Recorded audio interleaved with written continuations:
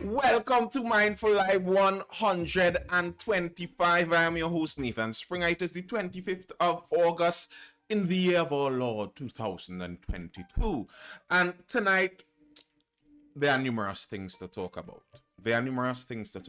First up, the police are trying to do some control, some public relations control, and the fact that people dressed up as police are doing crime. And they are trying to figure out some ways to solve that, because that's a real problem.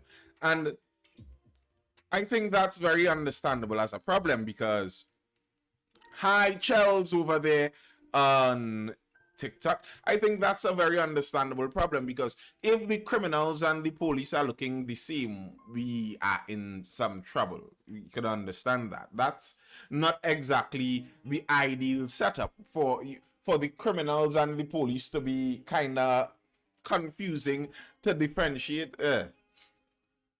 But anyway, I am streaming live right now on TikTok and Instagram, and he also over there on YouTube. You can hit that like button if you feel so obliged to. Share the live if you like that.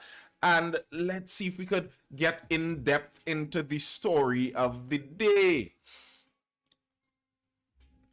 Senior cop TTPS. Senior cop TTPS response to fake police robbery unacceptable. They're owning up to some of that.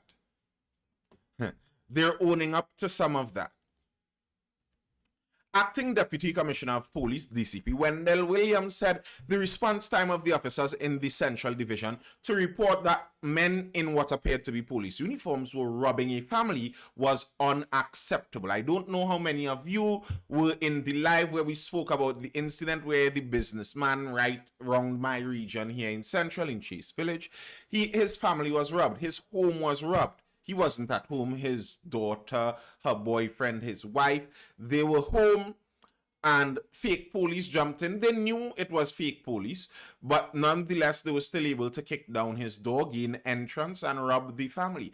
All while this was occurring, the businessman reportedly sent a truck out there, one of his trucks, because he owns a hardware, among other things.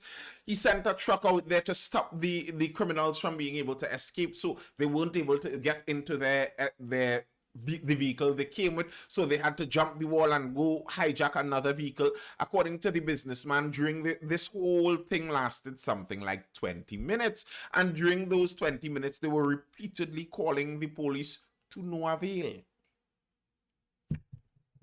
Now,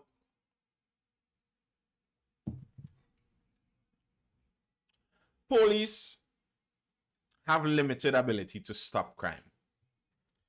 I remember speaking about this in a previous live some time ago. Probably the main thing police do when it comes to crime is that there are deterrents from crime, because they are there to investigate after the matter and catch who did the crime, to make sure you do not get away with doing the crime. That's the general idea of the police. But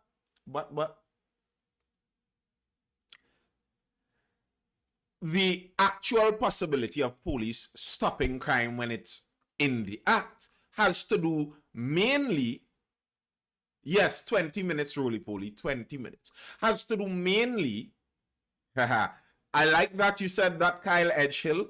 We will get back to that. Trust me, because I've said that before.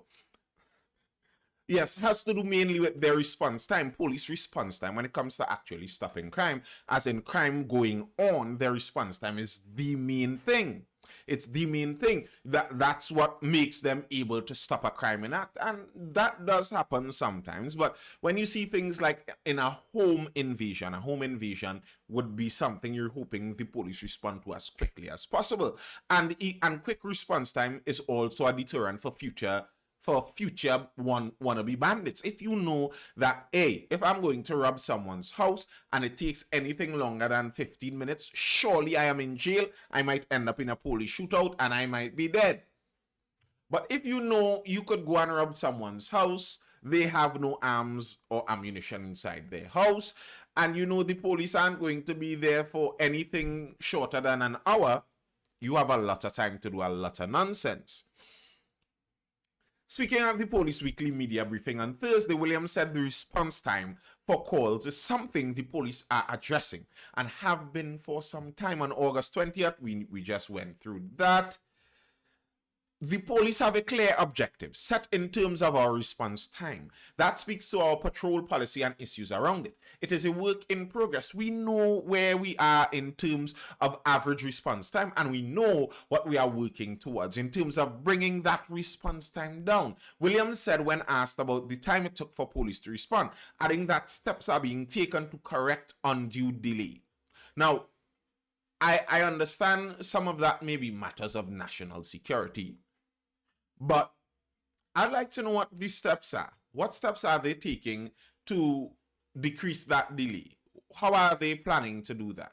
Charles says, jail, oh please, my home got broken into in May and the Marval police never came. And they're a 2-minute drive from my home. Yes, yes. Roly Poly says, with response times like that, you can drink your beer before leaving. Kyle Edshill says crime is difficult to curb when there are youths in gangs that know they're not going to live past 25. Well, that is true also. Curve Vaughan says you'd have to be very unfortunate as a bandit to get caught in the act by the TTPS. It does happen. It does happen.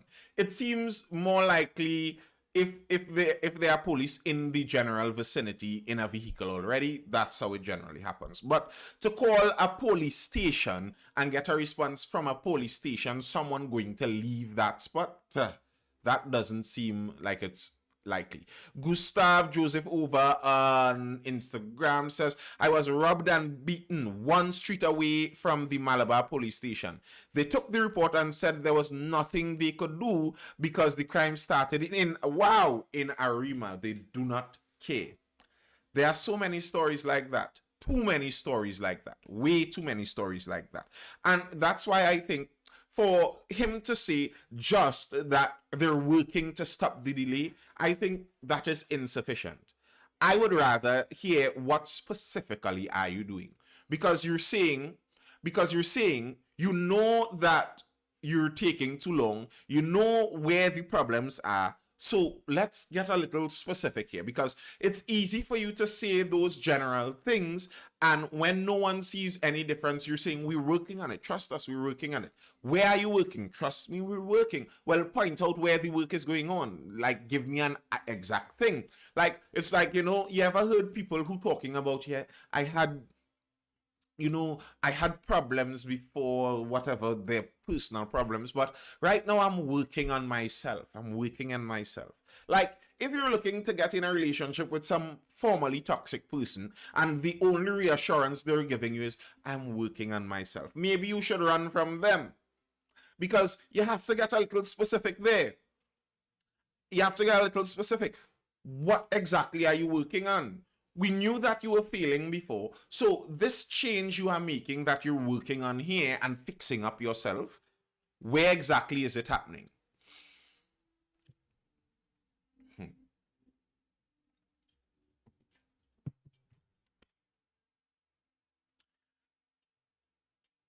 Williams added, the DCP added, what was reported does give the indicator that there was an unacceptable lapse of time, and so we are treating with that.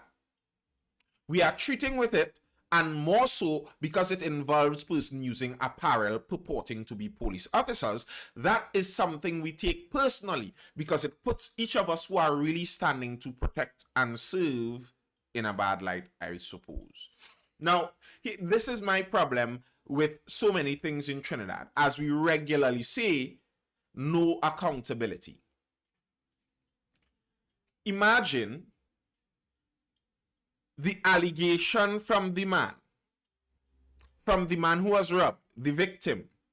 The allegations are he called 999, he called the Shagwanas police station, and he called the Freeport police station, and they hung up on him twice. To me, as the police coming out to give a talk after that, you're trying to calm everything and let everything get back and reassure the population. To me, if you were trying to do that, you'd be trying to give the exact reason something happened. Like, explain to us, why did it fail when he called 999? Explain to us, who were the officers that hung up the phone call twice? Explain to us what you're going to do to those officers who hung up the phone call twice. Like, to me, if you're thinking about an association that is being legitimate about their worry about accountability, they want to be accountable to the people they serve. If you're talking about an organization that legitimately wants to do that, if I'm thinking about that, I'll be thinking these are the kind of things they will do. If you look at many of the private organizations, imagine a security company. You hire a security company to protect your home. And then you went away, let's see. And then when you come back, you see your home is robbed. Your home is ransacked. All your goods gone. And when you talk to the security company, they tell you, we're going to fix the problem. Don't worry, we'll fix it. That's not all you want to know. You want to know, how did this happen in the first place? And they're saying, don't worry, we know where the problems are, we will fix it. But no, Mr. Security, I am paying you to safeguard my property. You already failed at it. And I'm seeing some suspicious things here. Can you answer to me why these suspicious things occurred and how you're going to rectify it going forward? No. Don't worry, we're going to fix it.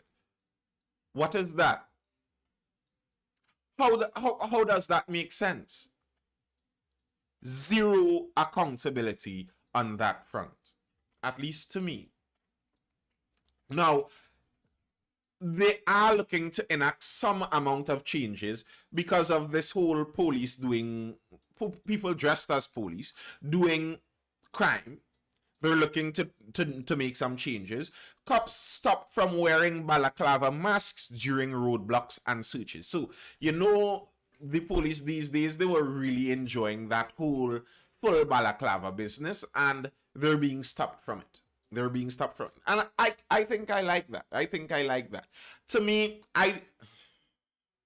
it could seem like the culture of the police seems to be going down. And yes, this is all my opinion, granted. It's all my opinion. Granted, it's all my opinion. Good night, Friday forever. It's all my opinion. But I find, like, when you look at a lot of the police, there seems to be this cool guy culture now. Like, the police aren't a serious service out there to protect, and they take that bit of their job very... No, it's about, you know, a cool guy where I get to bling with a gun and wear my big link gold chain, and I don't really worry about too many people bothering me with my gold chain, and I come out with my balaclava and walk out with my big gun, and you feel that... You feel that kind of vibe, like, you know... So that's the solution to it all. Stop balaclava problem, solve roly-poly ass. Obviously, I don't think they even believe that's the solution to it all. Am I late? What's the topic? The topic we're starting talking about here is the police response to the fact that people are committing crimes in police uniforms. And yeah, they're saying that now police in roadblocks, in searches, they cannot wear the full face cover, that balaclava business, and I endorse that.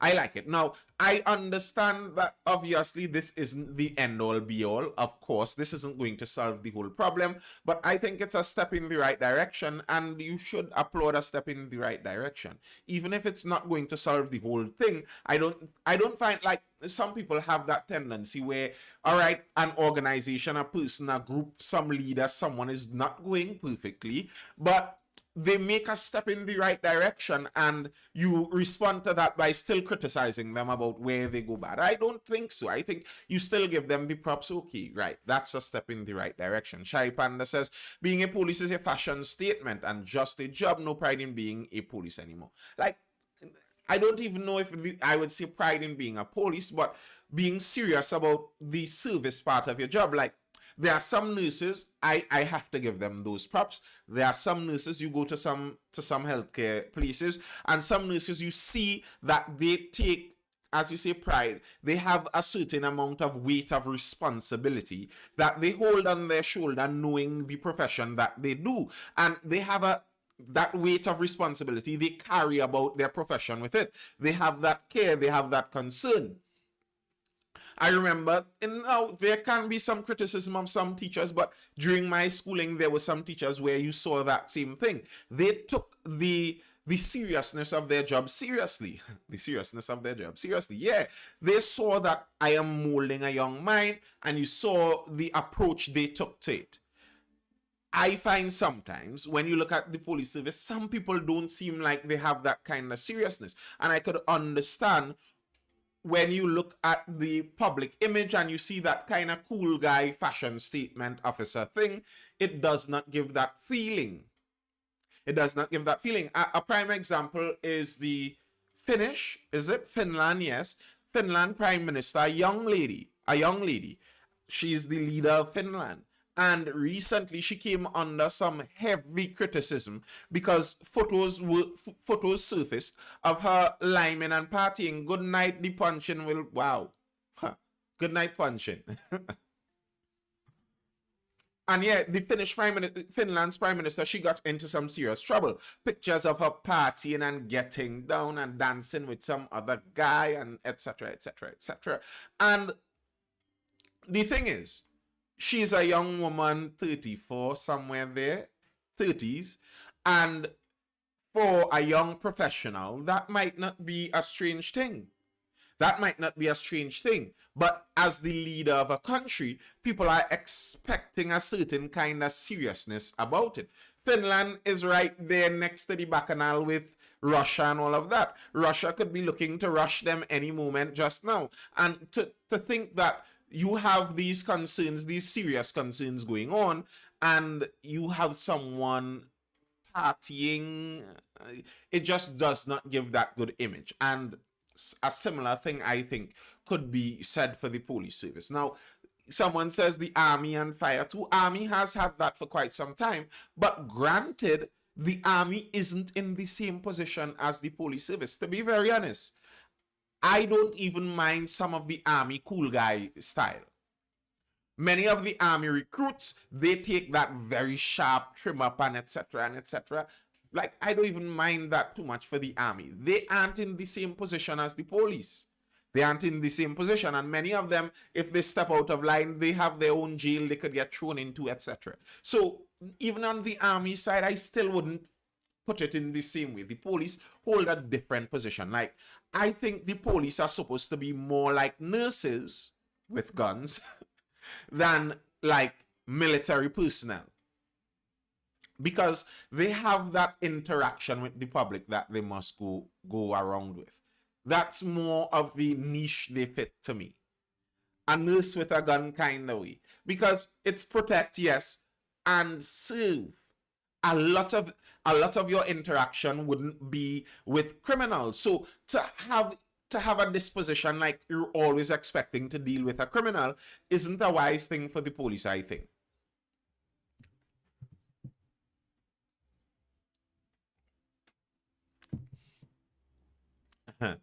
But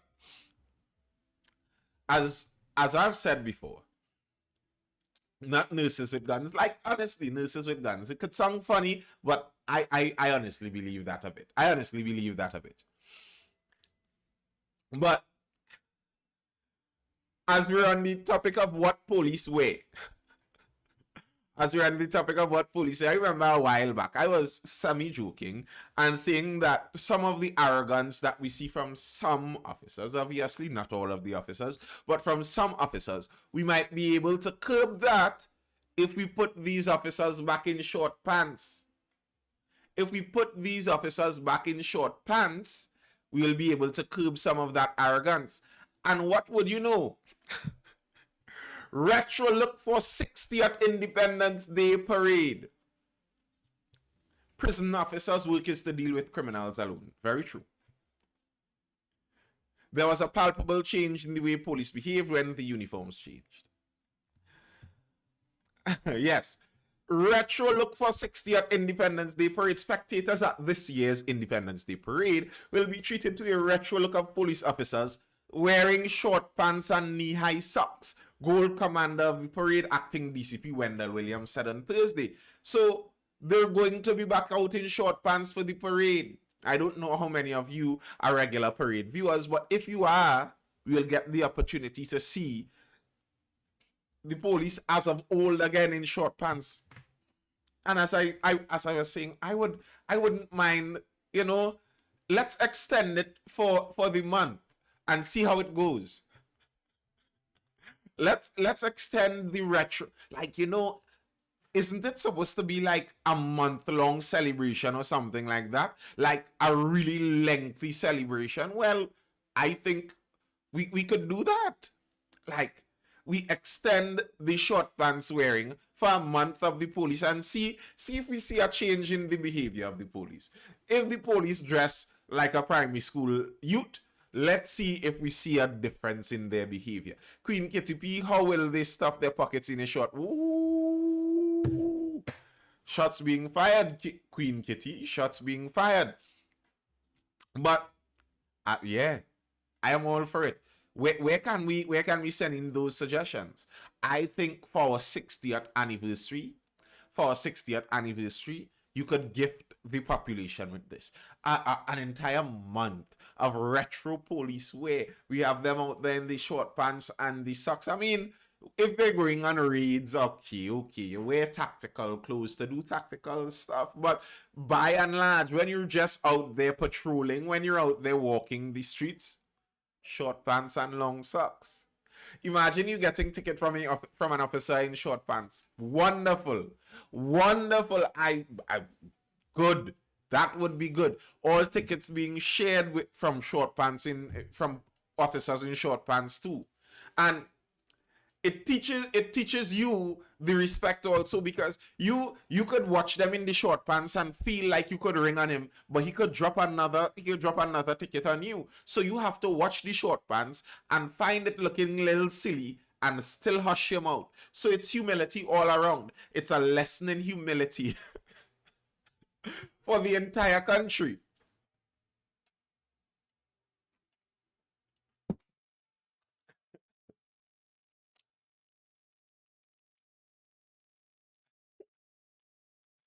Right? Imagine, and all officers going out on public relations duty. On public relations duty, all officers going out on public relations duty, they're wearing the same thing too. So imagine the really strong one on the police propaganda show that shows every evening. Even on the show, short pants and gray shirt too. All this cool guy tactical wear, no. You're on a public relations stint here, short pants for the month of February. Imagine that. Big strong guy in short pants and gray shirt. Oh. Hey, listen. If you're an officer and you listen to my life, it's all good vibes. It's all good vibes. We'll just be chilling. No need for any hard feelings. I am okay with wearing a short pants too. I could wear short pants. No shame in the short pants. No shame. To be honest, there are some officers might relish that. You know those hot boy summer pants? Okay, I reach cool dark night word, what's up? Some of those hot guys, summer short pants, some of them might, come to think of it, that might get inappropriate too. So, because some men these days don't mind short pants. And listen, as a man, I find there's a cutoff length for the shortness of your pants. Like, your pants only supposed to be so short, so shirt and short pants are tropical drip. Yeah. It is. I could see that gray shirt and blue short pants looking real sharp. Like, in all honesty, I could see that looking real sharp. A gray shirt and a blue short. They could pull it off. Richard Glubman says demilitarize the police. I agree. We have a military and we don't need a militarized police. Now, I think there may be room in the police service for certain branches that do more tactical and militarized style things, but by and large, police are supposed to be police.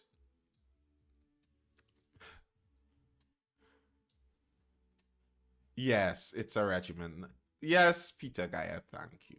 I know that. We don't have an army, we have a regiment. I remember learning that a while back, and I was like, really? We don't have an army? I always thought that that was our army, and they were like, no, no, no. You need a certain amount of this and a certain amount of that to be an army. But no, we don't. We have a regiment. But it is military. Military pertains to both regiment and army. We don't have an army. We have a regiment, but it is military. Military just has to do with soldiers and armed forces. True that, just imagine the length of those flamboyant ones. Why is flamboyant in quotation marks, roly-poly? What do you mean by that? What do you mean by that? Are you suggesting that some of our officers would really like being in very short pants? I don't like the connotation you're going down there, Mr. Roly-Poly. I do not like that connotation. I will not have you cast aspersions against our goodly protective services. I will not have you. But the short pants will be a flick. Hopefully they extend it. Hopefully someone in authority hears my plea and they extend it going a little forward. Now, yesterday, we started talking about some Tobago issues and some of the stuff being said by the Deputy Chief Secretary out there. Now, we have some more stuff coming out from him. We're leaving the self-determination, whatever he means by that, and we're going on to another plan of his. Now, I saw this plan go kind of viral a while back, and here's my problem, right? I remember, let me draw an example. Let me wheel back and draw an example here. I remember many times in my earlier days on the internet, I would go on the Porsche website and the Benz website and BMW website, and your boy would design his own vehicle, because you could customize your vehicle. They customize everything added and all of that. And Now imagine if I were to take some screenshots of this and send it over to Facebook and post that and say, this is my vehicle, this is the goal right here, this is where we're going at so quick. As good as it would be for me to have a dream, would you really congratulate me on that? Because that's kind of the easiest part. There isn't really any work in coming up with a fantasy idea. That's very easy. Everyone is good at that. You sit down for a while and dream about your dream house, and you could dream up a really good dream house. So being able to show a fancy plan without much specifics isn't very impressive. The Instagram connection is giving some problems. They're back. Good. Yeah, that in and of itself isn't very impressive. So I saw they were sharing this image of the future city of Roxboro and congratulating, a lot of congratulations on that. And I found it, that's not enough. I need a little more than a drawn-up plan of the fantasy. Anyway, Mr. Duke presented this plan to the diaspora out there in New York, and he was urging for investment into this plan. And we're going to get into this to see exactly how wise and sensible and realistic this plan might be. As usual, if you're streaming this over on TikTok or on Instagram, I am also streaming live on my YouTube channel, Nathan Springer, over on YouTube. You can head over there and subscribe. Part of the benefit is you can see the articles as I read them. You are able to find all the other lives, etc. Head over there, Nathan Springer on YouTube. Duke says, invest in $4 billion plan for city of Roxboro. 10 zones have been outlined in a blueprint for a city of Roxboro presented by THA Deputy Chief Secretary Watson Duke. The plan, which includes an airport marina complex, free trade zone, and a medical tourism complex, is estimated to cost over $4 billion. Duke, the electoral representative for Roxboro Argyle, was delivering the feature address during the Caribbean Diaspora Investment Forum's Invest Tobago Town Hall meeting at the Brooklyn Museum, New York on Monday.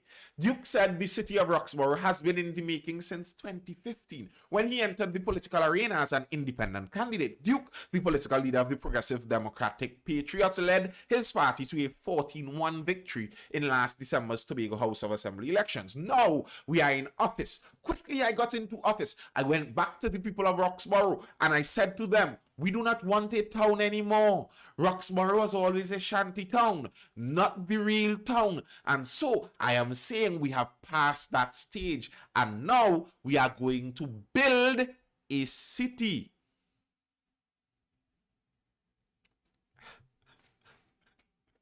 They're going to build a city. Now, just so you know, building a city, like manually going in there and artificially constructing a city, is not exactly an easy thing to do. Cities are kind of organic creatures. What you usually do is you facilitate the building of a city by putting the correct conditions in place, by ensuring the environment for city building is perfect. And if you ensure the environment for city building is perfect, the city will organically create itself to some extent. That goat says, Ronnie says, Roxboro have a lot new and bigger things than even Scarborough. Roly Poly says, are these politicians going off? Are they just talking for talking's sake? Now, I remember when I was in Tobago, was that earlier this year or late last year, sometime not too long ago, I was in Tobago and I saw that Roxboro has a lot. Roxboro has a lot. They have quite a lot of new buildings, fancy buildings, massive buildings. And I'm watching that and all I'm wondering is, are these buildings used efficiently?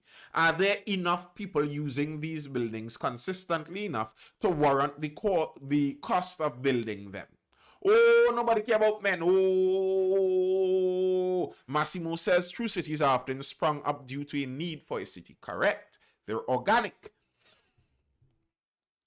According to him, Zone 1 of the project entails a light manufacturing and trade zone. Zone 2 would be a civic center. And Zone 3 would feature a medical tourism complex. Do we have enough doctors for that? Anyway, in Zone 4, there would be the Kendall Agricultural Institute with 100 acres of farmland. A boardwalk would be in Zone 5 and an airport, aviation and maritime institute are planned for Zone 6. Zone 7 would be a causeway. The cost of the light, listen.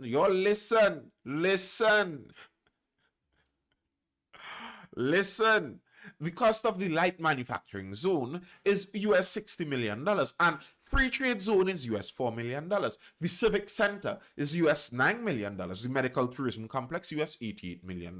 The Kendall Agricultural Institute, that is about US $44 million. The Roxboro Boardwalk, that's about US $7.5 million. We have the Airport Aviation and Maritime Institute, that is about US $117 million.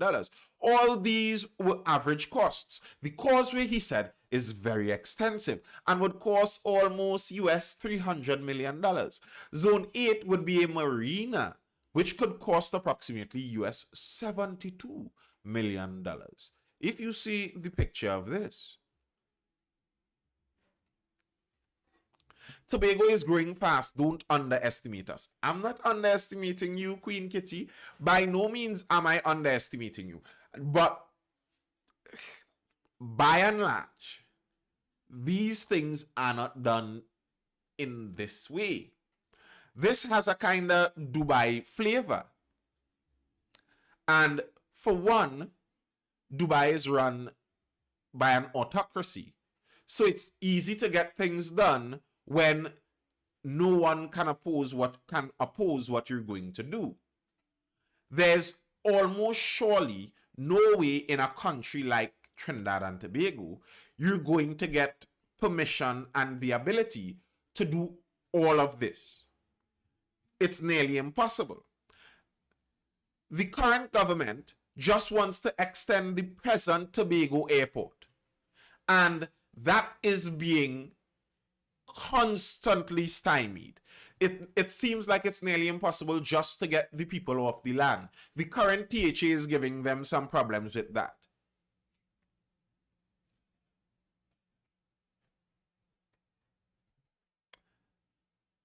The current government is getting problems in just extending the airport. Those things, countries that function as autocracies do not have the same nature as countries that have to function as democracies. They're not the same thing. You can't just get things done like that. So even if, like, let's imagine that Tobago could get all the money to do all of this, the permission to do it might not come through like that. The money sounds small, but it is in US dollars. This is Mr. Duke speaking here. Multiply that by 10 just to make sure you get the figure correct. Zone 9, he said, would be the Marina Bay Islands, with housing in Zone 10.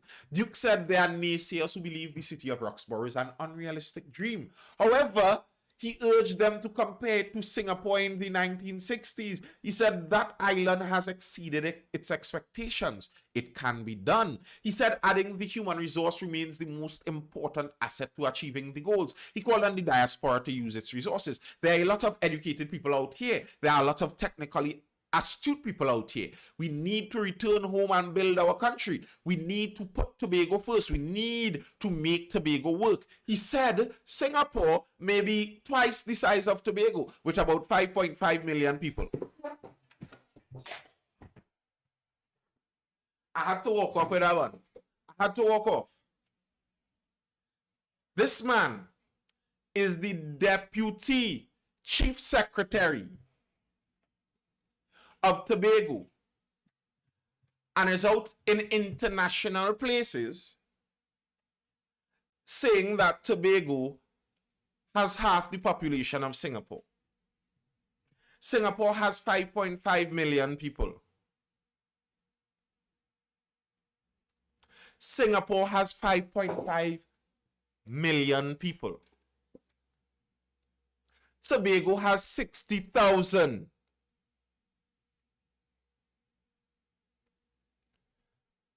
Tobago has 60,000.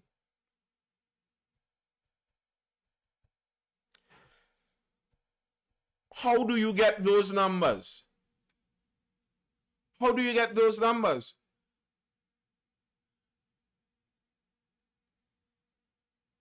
$60,000 is, you have to multiply that 92 times to get Singapore. You'd have to take Tobago and put nearly 100 Tobagos side by side. 100 Tobagos, 92 Tobagos side by side to get Singapore. And Singapore did this over the course of something like 60 plus years. This wasn't, and this is the problem that I was identifying from the jump. Singapore didn't do this by their first prime minister or president when they got independence. He didn't jump out there and start to build structures like that. No, what they did, Singapore is an investor's haven. Singapore has nearly no taxes. They have nearly no tariffs. They make it that free market haven so that you can go in there. Yes, Lee Kuan Yew, correct, Gilvon. You know your stuff. That you can go in there and build your business. They boast you could start a company in Singapore in 3 hours. That's their kind of boast. It's that free market haven. Many of the people who believe in free market over the years have pointed to Singapore as that key to show how the free market benefits. None wrong with a Dubai flavor, but we can't afford that, especially with our corrupt addictions. You see, I think many people don't understand that. Let me see.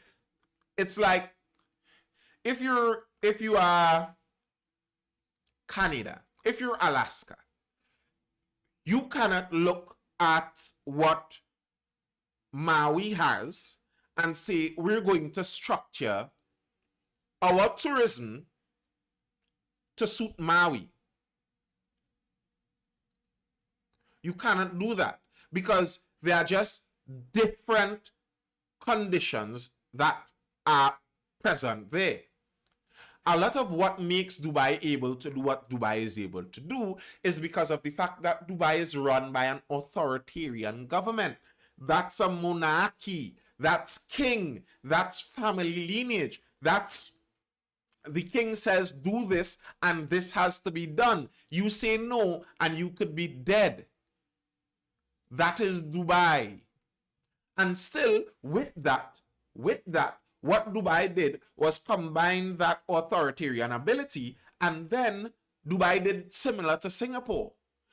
When Dubai wanted to expand, they went over to England and hired all common law judges that were experts at English common law, because what they recognized is property rights and free market is the key to building that kind of wealthy area. And they created that section within their country that on the economic front ran with the English common law in Dubai, yes, in authoritarian Dubai, combined with the property laws, combined with the free market nature. That's how you do it.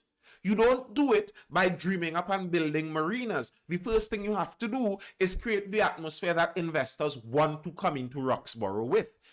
You create that atmosphere that the taxes are so low, they are willing to run in there. And then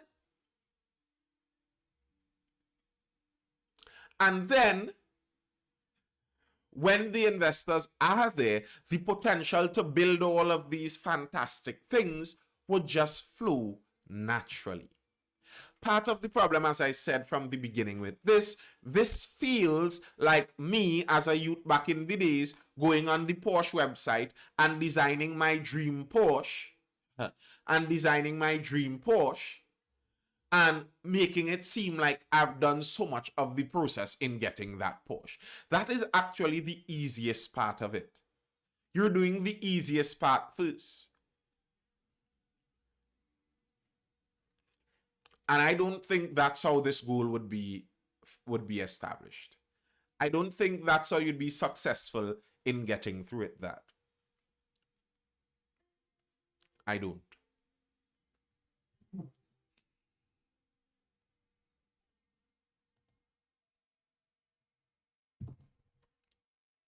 All right. That's enough of you. Now, I was watching, I remember someone jumped in the live. I believe it was Ria a couple nights ago when we were talking about the Agri Expo. And she was asking if it was beneficial, what use it was, etc., etc. But I keep seeing more and more articles come out with many people speaking about the good experiences they had there. You can pay a guy $20 and $5 to do drawings. Yes, that's not, listen, you could come pay me and I will do that drawing for you. That's not hard. There are many programs that could do that. You don't even need to buy the program. Run up on a torrent and anyway, let's not go down that side. Well, many politicians want to leave their mark. Many politicians have the idea they want to leave their mark and their legacy. So many of them have those big dreams because of it. But yes, I was seeing many small entrepreneurs coming out to say about the benefits they got in the whole agribusiness and the agri expo. And it I hope it sparked something, and that spark doesn't die out in what it started there. Agri entrepreneurs see hope to grow export in CARICOM. Agricultural entrepreneurs are hopeful of attracting more interest and investment in their products coming out of last week's Agri Investment Forum and Expo. Several exhibitors who had booths in the Queen's Park Savannah Port of Spain on Sunday are on board with CARICOM's plan to reduce the food import bill by 25% by 2025. Regina King, founder and CEO of King Specialty, said, "Just seeing all these people coming out to see what TNT and the Caribbean has to offer, generally enjoying tasting, hearing them say they never knew TT had this amount of creativity, that we don't lack talent, that was the greatest part of it. King has been involved in producing aromatic liquors made from local vegetables, spices, and fruits influenced by her mother and grandmother. This has been such a wonderful experience," she said. Florence Murray Joseph, founder of Flojo's in Diego Martin, is a pigeon peas connoisseur, experimenting with the legume to churn out a line of healthy products, demonstrating it can be used for more than just pilau. Pigeon peas are rich in proteins, minerals, vitamins, and lipids, and Murray Joseph has mastered the art of making pigeon peas ice cream, black cakes, rum cakes, bread, muffins, juice, drinks, wines, liquor, punch, pastels, pizza, doubles, cocoa pois, an indigenous blend of cuckoo with pigeon peas. Huh. We need you to start. But yes, this is the result of that Agri Expo. People were asking, what is the point of those things? This is the point of those things. Many of these companies do not have the budget. Some of them did. Some of them may be just the one entrepreneur who started it. They don't even know what to do about marketing their business. But if they have the ability to go into an expo with many like-minded people and then allow many investors, many other interested persons from the country to go out there and be able to see those products, that alone creates opportunities.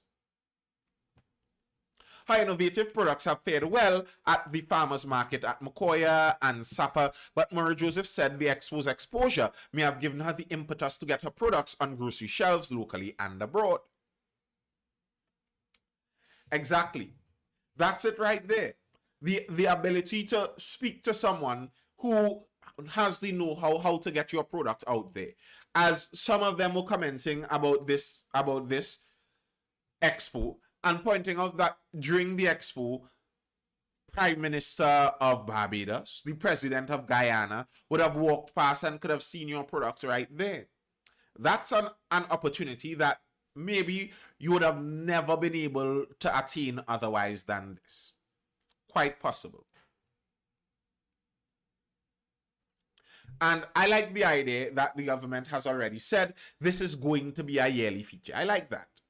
And similar to this, to just dropping that slight plug for them there, TIC is currently ongoing, the Trade and Investment Convention. And I think similar down this line, that's the benefit of those kind of things. Like another article, they were talking about that tech innovation key to getting people to grow food. And part of the reasoning they were giving there is that many people in modern society, they very likely might not go into farming with much of the older technology there. But in the expo, they were showing lots of modern technology, lots of automated stuff. And some of that may just be the key to getting more people into farming. The fact that they recognize you can do this differently than it was done for the last 100 years. There's a difference. There are different opportunities here. There are smaller tractors you may be able to buy that may be within your price range, etc., etc., etc. The benefits accrue of such things. So, yeah, I think as a country, a lot more of these things will be beneficial to us in allowing us to escape, as we were talking about, the high import bills that we already have. And it would allow us to understand the entrepreneurial spirit a little more, I think. That's my opinion on it. The networking ability. Our country is already so small. If we have so many entrepreneurs that are able to network, then we are able to, as we were talking about previously, we are able to create the environment where people are able to want to make investments. They are able to see the future benefit of their investments. They're able to see where their product can be sold in the future. They're able to see a future market for the thing. And that would give people confidence to go into those things more, eventually growing our economy. That to me is how you look to grow economies. We can look at vertical farming and urban farming. We can, I think some of those are a bit faddish too. Like I think that's a reality. Some of the urban farms, vertical farms, etc., they are a bit faddish. If they get to be more realistic, if they get to be a bit more realistic, I think we'll see a lot more use out of them. And as I saw in the Agri Expo, there were some companies advertising, though some tiny little, well, not tiny, but some vertical going, what you call it, hydroponic systems, where you could plant your own stuff inside a small location. And yeah, those things are out there. And the more people are willing to use it, experiment with it, we'll get more benefit from it, I believe. And it would only work for our benefit. I don't see it working against us. More networking. Anyway, that's all I have for now, folks. Any further questions or comments?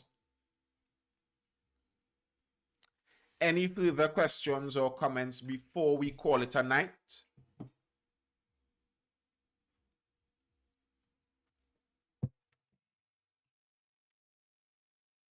Industrial scale vertical farms in large warehouse type facilities. I don't mind that, but I would want that private. Just so. Yeah, we could have an afterlife. We actually can have an afterlife. My thought is expos have been happening for years. What needs to happen is deeper thought. Deeper thought in terms of what exactly? I don't know exactly what you mean by deeper thought there. Deeper thought in terms of what? Anyway, I'm going to stick around over here on TikTok for a little while longer for the afterlife chat. If you'd like, you could head over there and meet me. Yes, I did start reading the book Kibbs 19. I did. You could head over there and hit me up if you would so like to. Till tomorrow for the next Mindful Live, which would be at 9 p.m. or 9:15. See you later, YouTube. See you later, Instagram. Peace out. Laters.